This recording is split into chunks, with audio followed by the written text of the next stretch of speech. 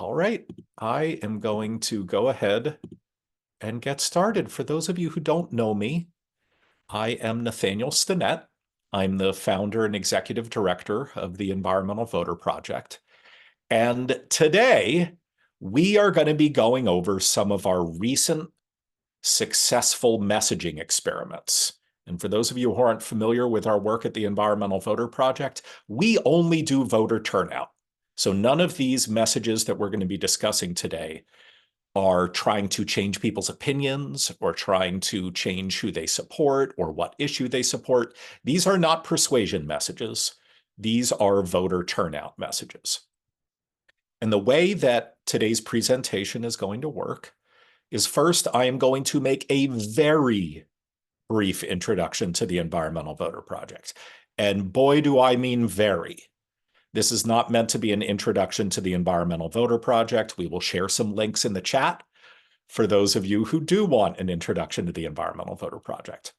Then we are going to also talk briefly about how we go about running these experiments that I'm going to present to you, because it's important for you to know how we know which ones are successful.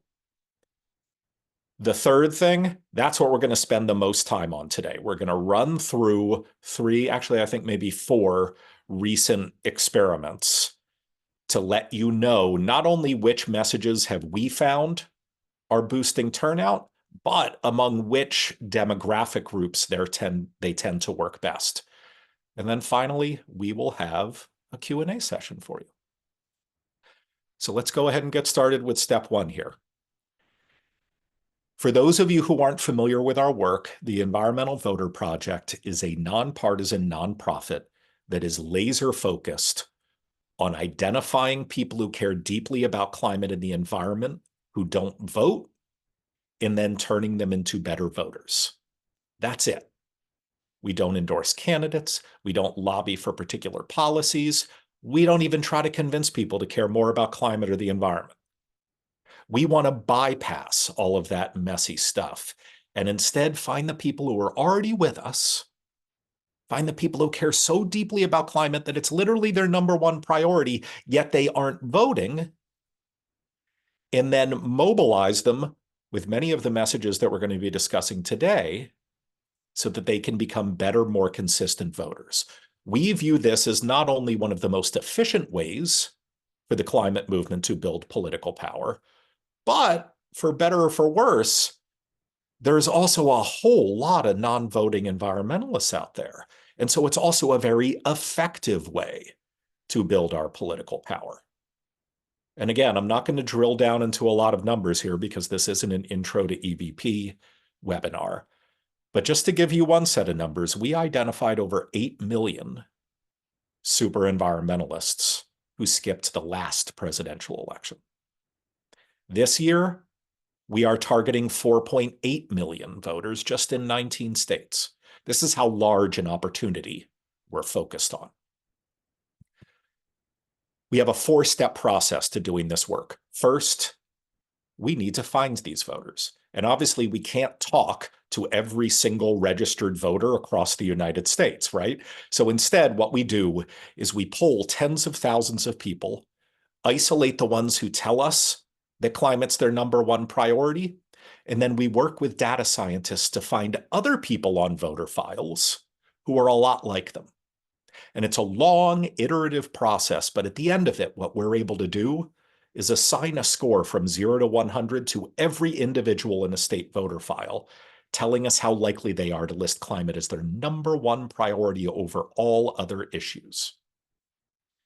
That's as much I'm going to get into on how we identify voters. But if you are interested in learning more about this, we have a very short YouTube video that goes into detail just on this aspect of our work. But for now, just know what this allows us to do is find people who have a very, very high likelihood of listing climate as their number one priority over all other issues. And then we can just look at those people's public voting histories, determine who are good voters who don't need our help, and who are infrequent voters, or even people who never vote, and they do need our help. That brings us to step 2, mobilization. Once we find these non-voting environmentalists, we work with thousands of volunteers across the country to canvass, postcard, and call them. As a staff, we also do direct mail and digital ad campaigns. And we run hundreds of randomized control trials, many of which you're going to see today as part of this presentation, to help us figure out which messages work best to do just one thing and one thing only, and that is turn these non-voting environmentalists we've identified into new voters and then into consistent voters. Step 3, habit reinforcement. We spend a lot of time each day living data science and behavioral science. You don't need to, but even though you probably don't live behavioral science each day, you probably intuitively know that if you're trying to build good habits into a group of people, you can't just talk to them once every 2 years when there's a big federal election. And boy, is that the case when you're trying to make habitual voters. So we take step 3 here, habit reinforcement, very, very seriously. And what that means is, in our 19 states, and I'll let you know what those are very shortly, we try to never let an election pass us by without using it as an opportunity to talk to these non-voting environmentalists. Because at the end of the day, the only way to turn a non-voter into a new voter is to get them to vote in an election. And so we view every election, no matter how small, it could be a library trustee race. We view it as an opportunity to talk to these voters and start changing their behavior. And just to give you one data point on this, it's the end of April in 2024 right now, just since January 1st of this year, we've already been active in 148 different elections. And I guarantee you that a majority of them had nothing to do with environmental policymaking. I freely admit that. But they had everything to do with changing people's behavior. And so when we say we work year-round, we truly mean it. We truly mean it. Because step 4 is our ultimate goal, and that is changing the electorate. Nothing motivates a politician more than the prospect of winning or losing an election. And so what our main objective is to dramatically increase the number of environmentalists who vote in every election possible. Because when that happens, politicians will follow. Not out of the goodness of their hearts, but because, boy, do they like winning elections. That's what our goal is. We want to make climate voters an unstoppable voting bloc that politicians can no longer afford to ignore. All right. If you want more information about the Environmental Voter Project, please do go to our website, environmentalvoter.org. There is also an intro to EVP video on our YouTube page that you can see. But the last thing I'll just say about our work is this year, as I alluded to earlier, we are targeting 4.8 million voters in the 19 states that you see here. The reason we are targeting these 4.8 million voters and not others is because they are all already registered to vote. So that's a hurdle they've already overcome. They are highly likely to not just care about climate and the environment, but literally listed as their #1 priority over all other issues. Yet, they are unlikely to vote this November. And pretty much, there's a little bit of variation from state to state, but pretty much what that means, if we say they're unlikely to vote this fall, it means we've looked at their previous voting histories, and they didn't vote in the last presidential election or any election since then. If we find an already registered environmentalist who fits that profile, we want to get them to the polls. We know that they are ripe for this behavioral messaging. All right. Now, very briefly, before we get into different experiments that we've run that have been successful, I just want to go over how we measure success when we deliver one of these messages to a whole bunch of these non-voting environmentalists. And it's through what's called randomized control trials. Maybe some of you are already familiar with these. Maybe many of you have heard of them, but you're not that familiar with them. But very briefly, this is how they work. Let's say, and I'm just going to use a big round number here, let's say we identify 1 million unlikely to vote environmentalists in Texas. What we do not do is immediately start messaging to all 1 million of them with all of this behavioral science informed messaging I'm about to tell you about. No. Instead, before we talk to a single one of them, what we do is we separate them into two groups. And importantly, we do it completely randomly. And about 15% we put down here in what's called a control group. And we never talk to them. We set that random group, that randomly set aside group of 15% of our population, we set that aside and we never talk to them. The remaining 85%, that's in what's called a treatment group, or sometimes it's called an intervention group. Those are the people we canvass and call and mail and send digital ads to, all with behavioral science informed messaging designed to get people to vote. Then the election happens. And if any of you have ever heard me speak before, you know what the words are that are about to come out of my mouth. And that is, then something really special happens, which is voter files are updated. And if you're not aware of this, let me tell you right now that whether you vote or not is public record. Who you vote for is secret. No one can ever see who you vote for. But whether you vote or not, that is public record. And so what happens when voter files are updated a few months after each election is we can see how many low propensity environmental voters in our control group voted. Remember, these are the people we did not talk to, and compare it to how many low propensity environmental voters in our treatment group voted. And what that enables us to do is isolate what our sole impact was on turnout while controlling for all outside variables. Because let's say it rains in Houston and that depresses turnout. Well, there's roughly the same percentage of Houston residents in our control group as in our treatment group, so we controlled for that. Or let's say the Biden campaign spends $100 million mobilizing voters in Texas. Well, we've controlled for that. Unless they hacked into our system, decided to only talk to people in our treatment group and nobody in our control group, we have controlled for that. We've controlled for all of these outside factors. This is how we as an organization measure our impact, because we always want to report back to our volunteers and donors what our actual impact was on turnout. But two, it also enables us to test which messages do boost turnout and which messages don't boost turnout. We don't want to just know, oh, look, we spoke to 4 million people and 2 million of them voted. Well, that doesn't mean that we had anything to do with that. You need randomized control trials to tell you whether you solely as an organization, whether your messages boosted turnout while controlling for everything else.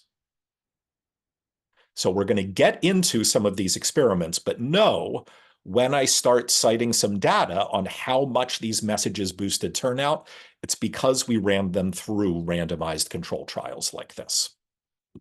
All right. We're going to go through 3 experiments, and then a fourth one is one that we did a long time ago, but I wanted to let you know that it's one we're very fond of. We've run recently. We're waiting for more results on it, and I do think it's worthwhile for people to know about, especially in 2024. All right, the first messaging experiment that comes from last fall that I want to go over with you is a simple direct mail piece. It was just a postcard, but it was a large postcard. It was 6 by 11, roughly the size of like a small laptop screen. The people in our treatment group, so the people who received it, it's about 166,000 of them. And there was roughly the same number in our control group as well. And the behavioral psychology concept we were trying to test with this message was something called trending norms. The idea behind trending norms is this. I think many of you who are familiar with the Environmental Voter Project's work know that oftentimes behavior change messaging is trying to say, hey, here's a social norm that you, voter, want to live up to, but maybe you're not doing it. And so we're going to remind you of that norm so that we can get you to do something like vote. The most obvious example of this is peer pressure. You say, look, everybody's doing this, so you should do it too. You should conform to this normative behavior.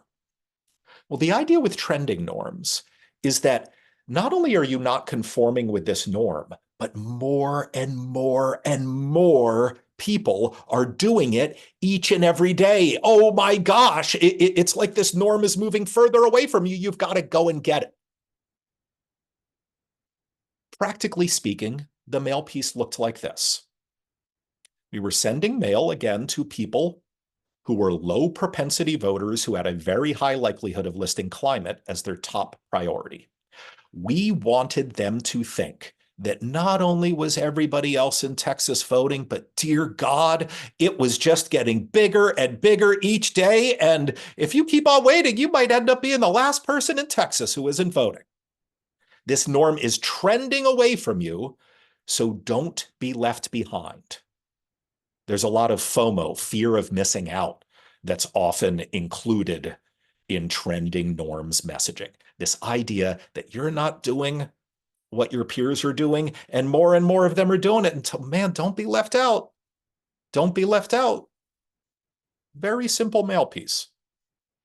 The backside of it had a little bit of what we call social pressure messaging, which is, we know whether you vote or not. And then again, some of this trending norms and FOMO stuff. Each year, more and more Texans vote. Don't be left behind. And then some basic information. Now, I want to remind you, this experiment only involved sending one mail piece. That's it. That's it. One largish postcard. That one postcard alone ended up boosting turnout 0.4 percentage points over our control group. That was what is called a statistically significant result when you look at the context of how many people we were contacting. And what that means is, basically speaking, we can be confident that these results were not due to random occurrence. We can be confident that they were due solely to our intervention while controlling for all outside variables. Now, is 0.4 percentage points an enormous amount? No, but it's not nothing. There have been plenty of elections recently decided by less than that, not to mention the presidential election in Arizona, the presidential election in Georgia, maybe the presidential elections in a few other states just 3.5 years ago. But even more importantly, remember, this was just one postcard. Now, I won't claim that in a really high turnout general presidential election, you're going to get the same boost in turnout from one postcard, but this was such a good result from just one postcard that we thought it was very important to start informing people about this type of messaging and the impact that it can have. Moreover, when we drilled down in the data and looked at various demographic subgroups, almost all of the impact was from people aged 35 and above. Now, the interesting thing is 18 to 34-year-olds, 0.1% boost in turnout, that was still statistically significant because we were contacting so many 18 to 34-year-olds that it was still a statistically significant result. But look at that. People age 35 and up really responded to this piece. And that is people 35 and older when compared to a control group of low propensity environmental voters age 35 and older. Now, the one thing to be careful of here is we do not know if this same skewed impact that we see among older voters has to do with the message or has to do with the medium. It is certainly possible, perhaps even likely, that what this slide here is just showing is that older people read their mail more than younger people do. That obviously wouldn't be surprising, right? But still, this is something that is worth more research. And if you end up using messaging like this for any of your other organizations, if you throw it in digital ads or if you put it in some other medium, consider whether this difference in age group is just because we were doing it during direct mail. It's just something to keep an eye on. But nevertheless, this was really, really important for us to highlight, we thought, because it could be due to the unique nature of the messaging. All right. So that concept, trending norms and using fear of missing out, is something that we really encourage other organizations to start experimenting with in their voter turnout messaging. We think this is very easy to show in both text and visuals, and it is cheap and impactful. All right. The second experiment I want to walk you through was also done for last fall's general election. This was done in Colorado. Now, again, it was a very simple 6 by 11 inch postcard, so sort of a big postcard. In this circumstance, we were targeting about 65,000 voters and roughly the same, maybe even more. No, I think about roughly the same number was in our control group. We thought it was important to test mail in Colorado because Colorado is a state that mails ballots to all registered active voters. And the reason we thought that was particularly important is not just because Colorado is a state that we work in, and it will have some very important congressional and other state ledge races coming up in 6 months, but also because more recently, Nevada has started mailing ballots to all active registered voters. And my guess is none of you on this call need me to tell you how crucially important Nevada is going to be this fall. It will be important for the presidency. It'll be important for the US Senate. 3 out of their 4 congressional races are going to be tight. Their state ledge races are tight. There's going to be an open mayoral election for Las Vegas. There's going to be really important county races. Any voter anywhere who pulls a ballot is going to look at it and have the chance to vote on like 3 or 4 crucially important, very close elections in Nevada. And so the fact that that is a state that far more recently has started mailing ballots to all of their active registered voters made us think last fall, we want to start getting really smart about whether there are unique types of messaging that can help us boost turnout in states where people get their ballots in the mail. And so we were testing this in Colorado, not just to help our future efforts in Colorado, but also to help them in Nevada. Certainly, the results that we're about to go through could be helpful in other states that mail ballots. We don't happen to work in California, but God knows there are going to be a lot of important congressional races in California, and there are going to be important races in Oregon and Washington and Utah and elsewhere. Very briefly, the 2 concepts that were tested in this one mail piece, and we did sort of combine 2, but you'll see we thought it made sense to do it, was 1, we sent heads up mail. This isn't really a behavioral psychology concept. It has more to do with the timing of when the mail is delivered. We delivered this mail piece before people got their ballots.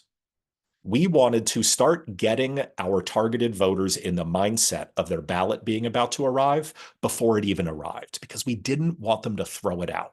There's a whole lot of indirect evidence that people throw out their ballots that are mailed to them. And we wanted to make sure that that didn't happen while also making it more likely that folks filled it out.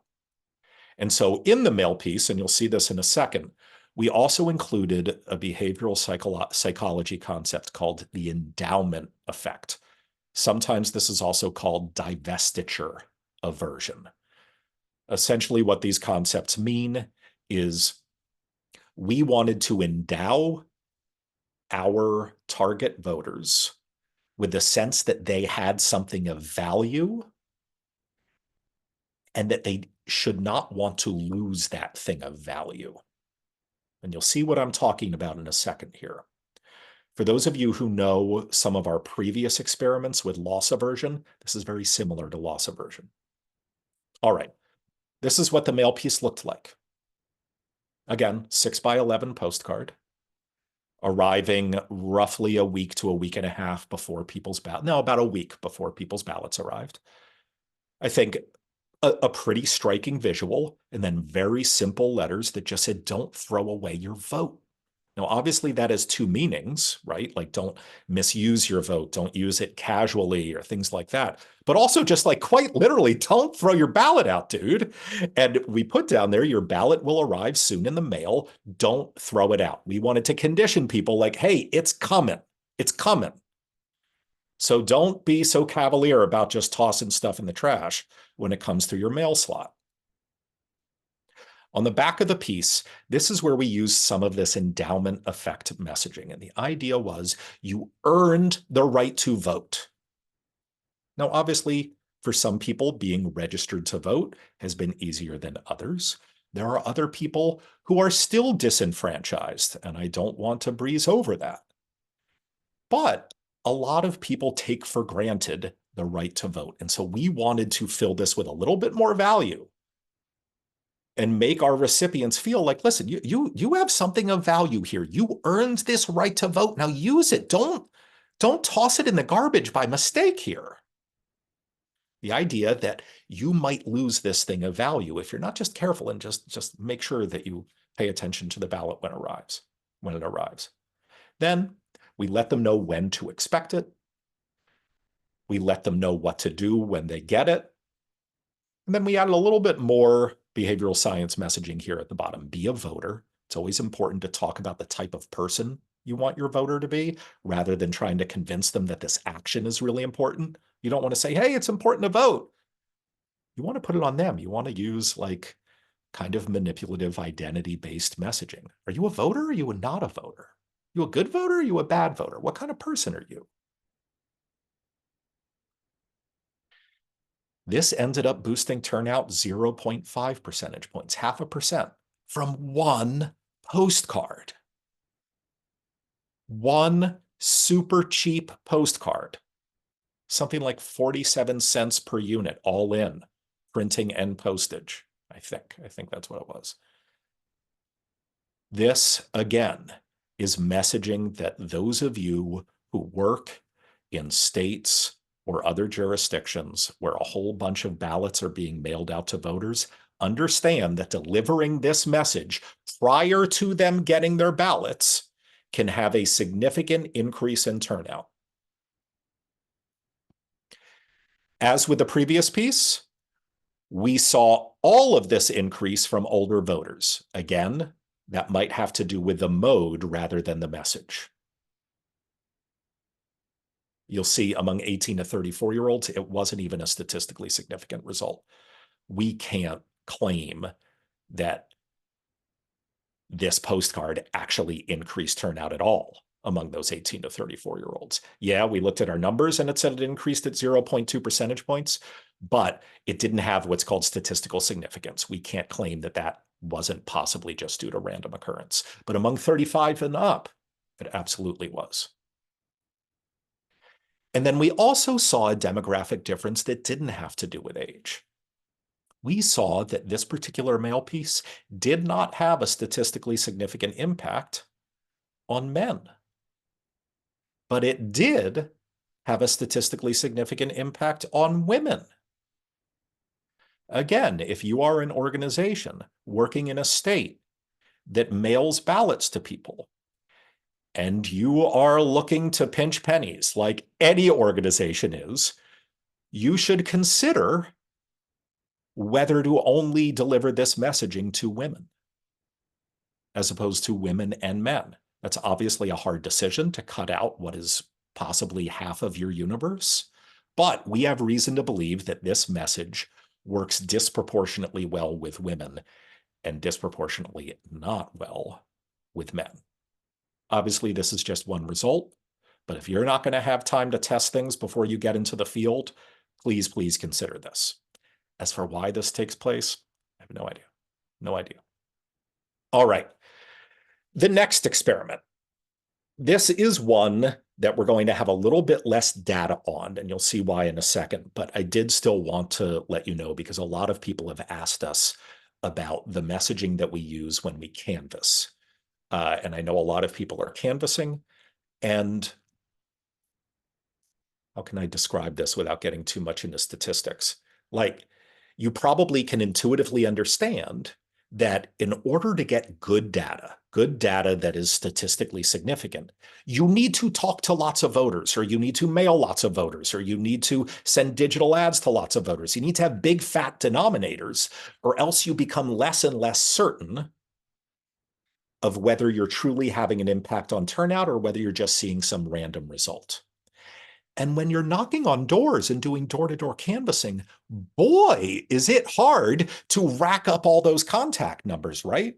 And so there's just a lot less randomized control trials, a lot fewer randomized control trials being done with door-to-door canvassing.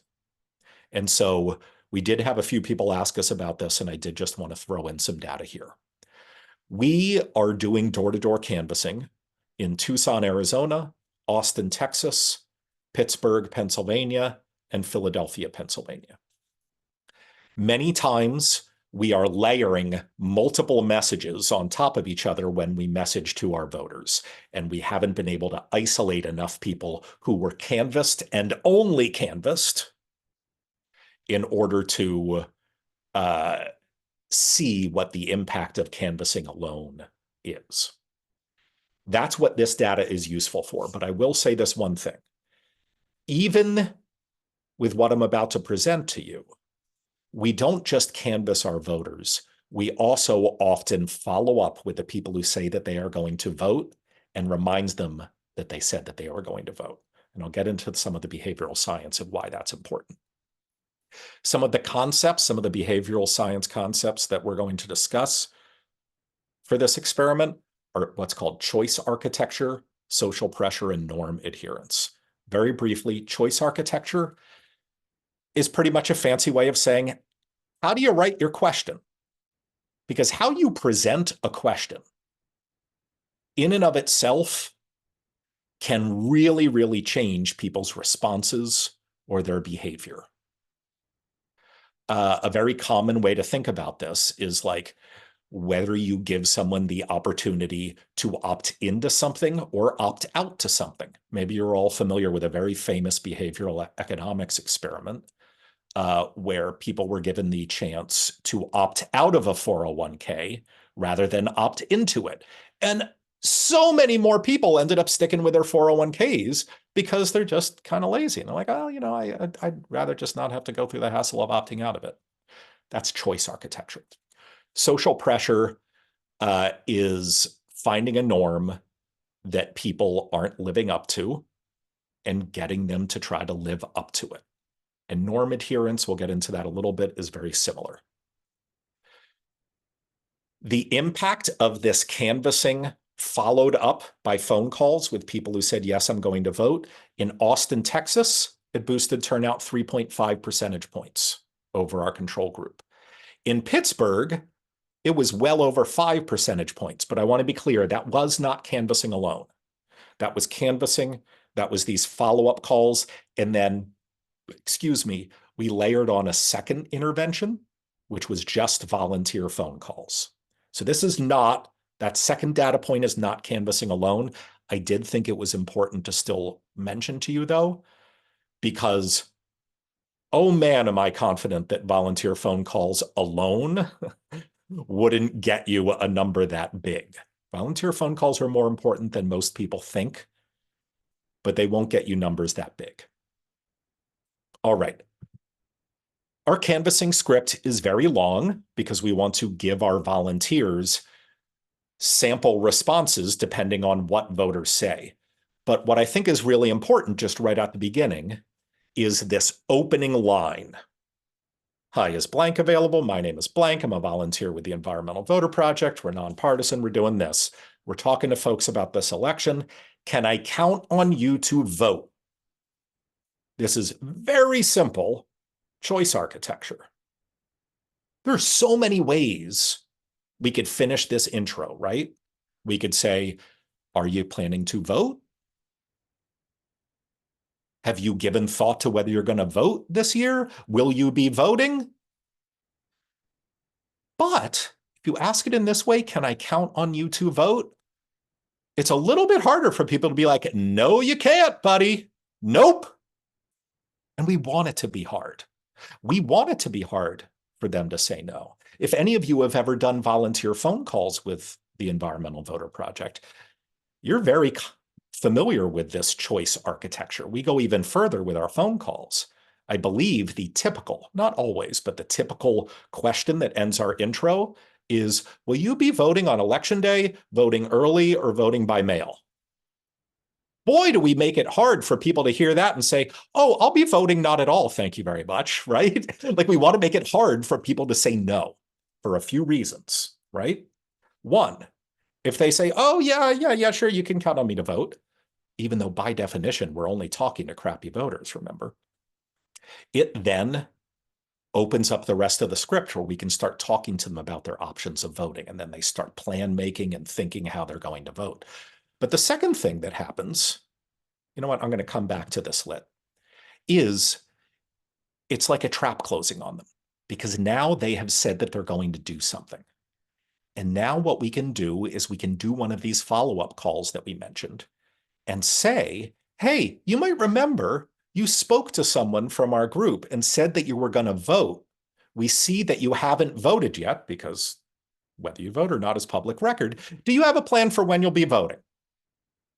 This is kind of subtle, kind of polite. We're not always subtle. We are always polite, but we're not always subtle. But what we're kind of doing here is taking advantage of the fact that most people want to be thought of as honest, trustworthy people. We're saying, like, you said you were going to do something, and we see you haven't done it yet. So what's your plan on following through on your promise? This is trying to get people to adhere to a norm that almost all human beings buy into, and that is all of us want to be thought of as honest, trustworthy people.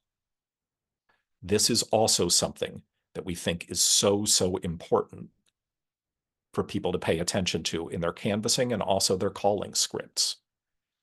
Yes, sometimes it's useful to just ID, to just identify as a voter as someone, identify a voter as someone who is planning on voting so that you can follow up with them. But use your messaging in that follow-up and use your sort of initial ask messaging really carefully. Because what there is also the opportunity to do is essentially trap them in a promise. Not trap them in a lie, but trap them in a promise. Because they've said, I'm going to do something. And that allows you to follow up with them and say, you said you were going to do something. And that's often much more powerful than trying to convince someone to vote because of the value of their one vote over a denominator of millions.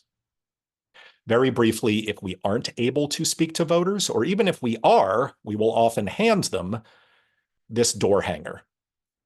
It says, be a good voter. Again, some of that identity-based messaging. Your next election is on, and we have canvassers write the date of the next election on there. There's some information about how they can find out where their polling place is, things like that. We also have some social pressure messaging down there. You'll see who you vote for is secret, whether you vote is public record. And then on the back, we have a QR code where they can go online, enter their name and address, say that they promise to vote in every election, and we will send them reminders of upcoming elections. And not just reminders of the upcoming elections, but reminders of their promise to vote in those upcoming elections. So again, more norm adherence and also excuse elimination. There are a whole lot of low propensity voters who are just like, hey, I never know when there's like one of those elections coming up. Well, we're going to get rid of that excuse. All right.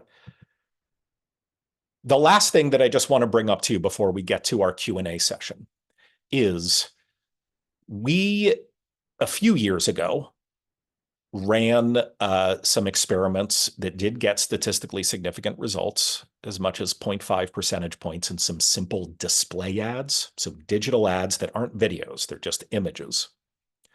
And we wanted to test them some more last fall in Louisiana. Now, we're still waiting for voter files to be updated in Louisiana. Believe me, both Peter and I have a very high level of frustration about that. The voter files are available. We just need to get our hands on them and get them into the voter files. But we think this concept of endowed progress is powerful enough in turning out low propensity voters that even though we don't have recent data on this, we still wanted to share it with you. And the idea here is instead of getting people to, when you're trying to get people to do something for the first time, you don't want them to think that they need to go from 0 to 1. Instead, it's a lot easier to get them to take the action if you make them think that they've already started on the journey and, oh my gosh, you're almost done. You just have a few more steps. You're almost there. Maybe the example of this that most of you have come across before is if your local coffee shop has ever given you one of those like repeat customer cards that has like a whole bunch of circles on it. And if you get enough stamps, you get a free coffee. Well, there's a really awesome behavioral economics experiment done a little while ago where a coffee shop gave half the people a card that had 5 empty circles on it. And you could get a free coffee once you bought 5 coffees and got 5 stamps. And the other half got cards with 10 circles on it. But what the barista did was they said, oh, here's your card. Boom, boom, boom, boom, boom. And they stamped the first 5 circles and gave it to you. Now, both groups need to buy 5 coffees in order to get the free coffee, right? But one of the groups feels like they're already halfway there. They already have 5 stamps for doing nothing. Oh my gosh. That's the idea of endowing someone with progress. And as you can probably imagine, that group ended up buying so much more coffee than the group that got that card that was just 5 empty circles in it. Because they weren't endowed with this feeling of progress. They felt like they had to go from 0 to 5. The other group felt like they had to go from 5 to 10. They both had to buy 5 more coffees, but the 5 to 10 group did it much more quickly and ended up buying more coffee. All right, how do we use this in the voting context? This was a simple digital ad to people who we knew had not voted in general elections in Louisiana. So Louisiana had their gubernatorial election last fall. And so instead of making it seem like these people had to go from 0 to 3 or from 0 to 1, we wanted to make it seem like they were already there. So we said, you're registered to vote. Boom, check. You're active on the rolls. Boom, check.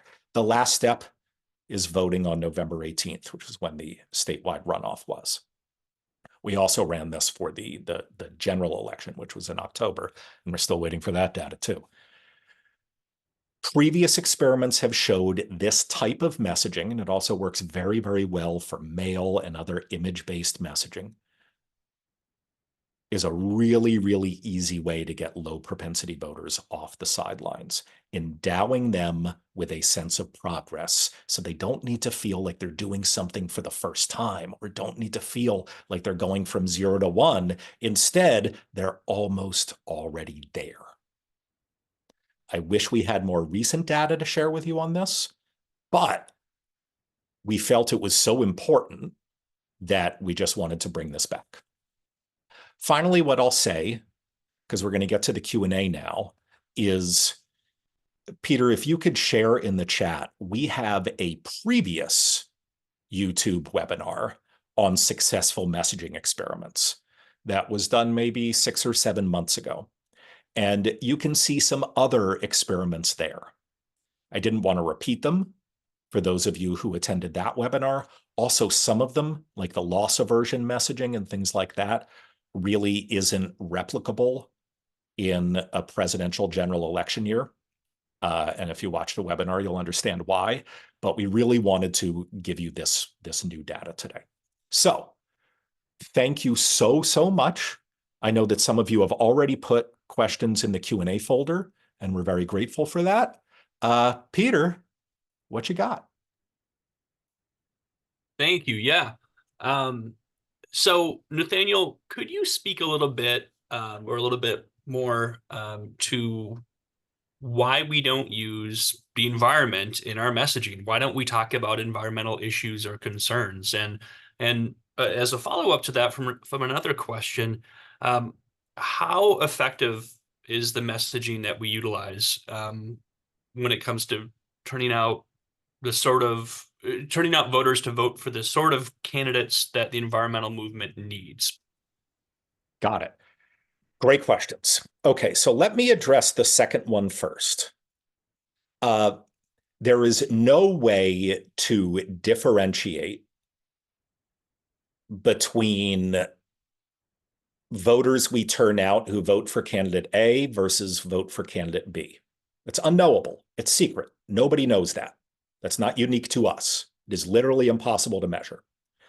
However, what I can tell you is one, we're a nonpartisan organization, so I need to be very careful about this, and I hope you'll appreciate the care with which I say what I'm about to say. But what I can tell you is that if you look at public polling data, in particular, I'm thinking of the weekly tracking poll that Economist YouGov puts out.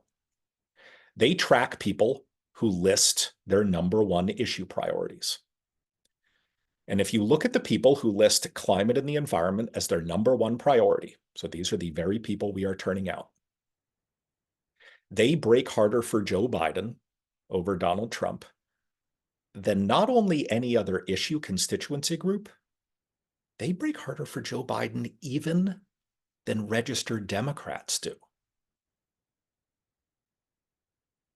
So I can't tell you who the people we are mobilizing vote for. We don't ask. We don't know. It is not the purpose of our organization. I can tell you that that recent public data tells a story, tells a story. Is it always going to be that way for down ballot races? I don't know. I don't know. But what we do know is that, boy, do politicians really like winning elections.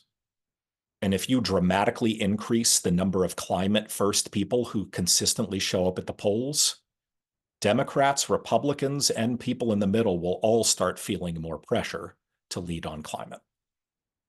All right. The first part of the question was, why don't we, an environmental organization, use climate and the environment in our messaging? So there are a few reasons. One, there are some legal limitations, but even beyond the legal limitations, and I know this is somewhat counterintuitive, an entire generation of behavioral science experiments has shown that if you're just trying to change someone's behavior, so this is different from persuasion messaging. This is different from messaging designed to get someone to vote for candidate X or care about issue Y. We'll call that persuasion messaging.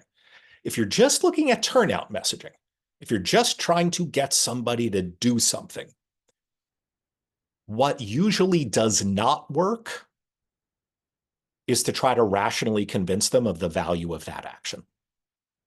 I know that we're all children of the Enlightenment who like to think that we're rational actors who are going around making rational decisions, and that the best messaging rationally convinces us of the value of doing something. But study after study and randomized control trial after randomized control trial has shown that that messaging does not work. And so I know that it intuitively makes sense. And we also just want to believe that if we find someone who cares about climate change, the best way to get them to vote is to say something like, you care about climate change. This election is important for climate change because of X, Y, and Z. So oh my God, vote. And believe me, I understand how that makes sense, but it just doesn't work. We don't have the time to go into all of the reasons it doesn't work. But what I will just say is what most behavioral economists and behavioral sociologists and behavioral psychologists have come to realize over the past 15, 20 years is that we are social animals much more than we are rational animals. And most of our decisions are made not because we're doing some sort of subconscious cost benefit analysis and then deciding to take something, take some action, but rather because we are a species that is always hyper aware of what our peers are doing. We always want to be taking the appropriate action. We always want to do what others like us expect us to do. We are very, very social creatures. It's why, you know, I, I couldn't give this presentation where I normally do in my office because there were workers right outside. So I was trying to find another place where I could give this presentation. Well, I looked for books, right? Because I want to look like smart or serious or intellectual. And maybe if you hear me say that, you think, God, what a callous, shallow person Nathaniel is. But come on, how would you have felt if I gave this webinar from my bathroom? I go to the bathroom, right? All human beings go to the bathroom. You would have thought that was crazy. What the hell is Nathaniel doing? Give me this.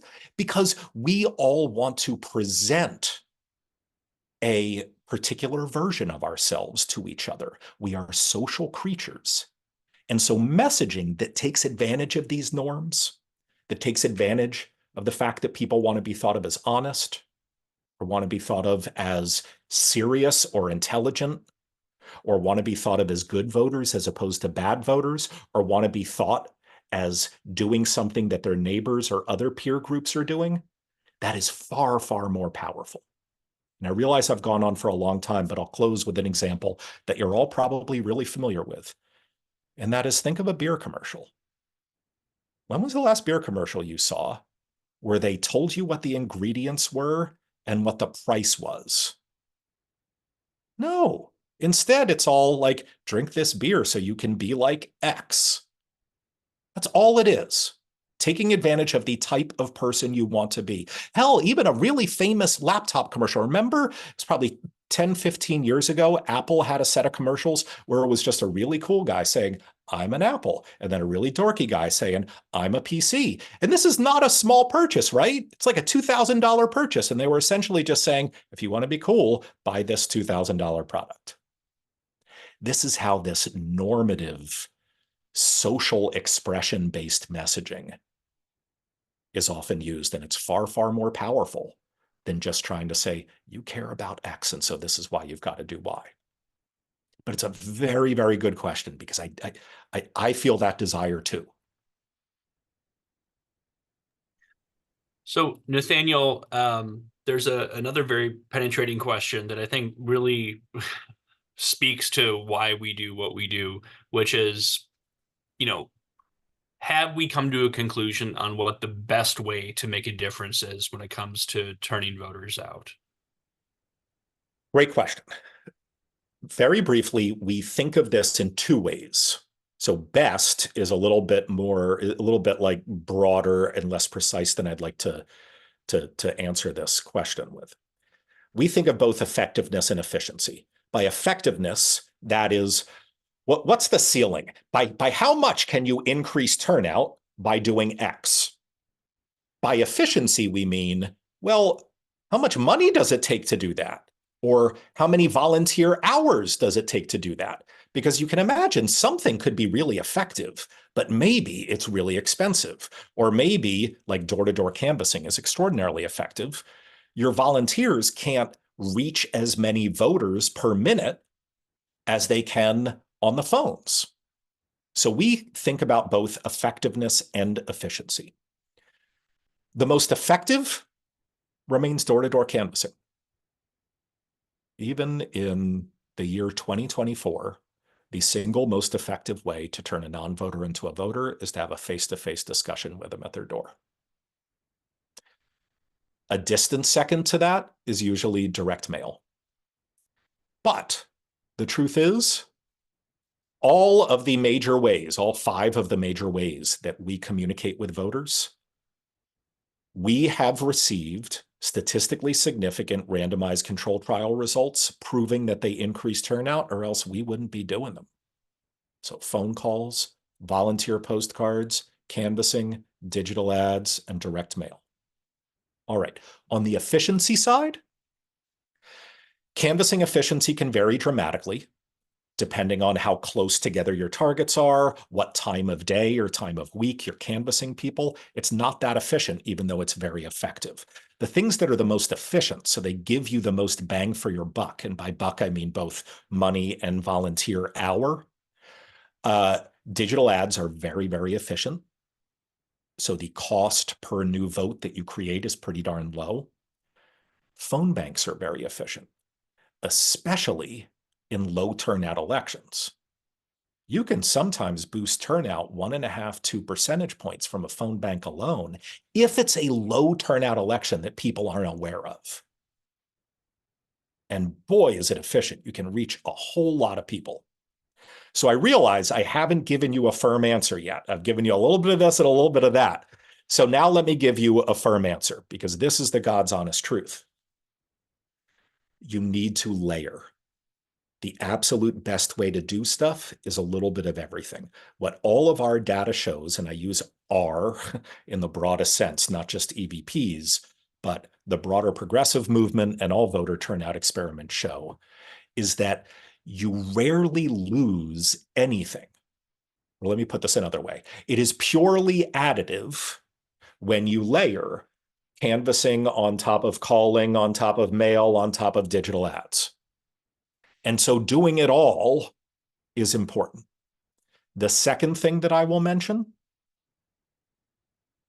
and sometimes it pains me to say this, and I know it pains you to hear it, boy, does repetition matter. No matter how clever we are, and I like to think we're pretty clever, the truth is, delivering messages over and over again to the same people is even more powerful than our most clever messages. Now, obviously, you'd like to do both, right? You'd like to deliver really clever messaging over and over and over again. But I bring this up knowing that many of you who volunteer or who donate often worry like, oh gosh, well, that voter is already being spoken to by that person or by that organization. That's the wrong way to think about it. We need repetition. Repetition is what Fox News lives on, right? They just say the same thing over and over again until people start repeating it and believing it. And behavior change messaging is the same way. So I've given you some data on the individual interventions that are most effective or most efficient, but the truth is you got to layer them on top of each other and hit these voters over and over again. All right, Peter, I think our hour is up. Do we have a quick question left, or should we end it there? It is up. Okay. If sorry, I'm going to toss in these donation and get involved links here. And Nathaniel, I'll let you speak to that for a quick moment before folks Awesome. Are taken off. We want to respect your time. We like to keep these things to an hour and only an hour. If you would like to get involved in our work, if you're not already volunteering with us, please go to our Get Involved page and look at all the opportunities there.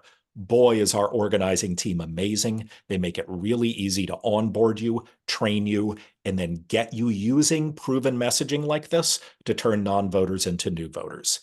And boy, could we use your financial support. Boy, could we use your financial support. I hate to break it to you, but all of you have outed yourselves. You are here at this webinar because you care about the climate crisis and you care about the democracy crisis. And because you care about addressing those crises, please take advantage of the opportunity that we're providing to you. Support our work. Click on that donation link in the chat. Be as generous as you can be, because we know by name and street address already who our 4.8 million targets are. And we've got hundreds of randomized control trials telling us which messages work. Now we just need the money and the volunteers to make it happen. So thank you all. If you have any questions about these messages, either because you are curious or because you work with an organization that might be interested in using some of this, please reach out to us. There's nothing we like more than being a good ally and helping other folks learn from the experiments that we've run. So thank you. And thank you to Peter, our data director, who crunches all these numbers and creates all these universes. And we wouldn't know any of this stuff without Peter doing what he does. So thank you, Peter. Bye-bye.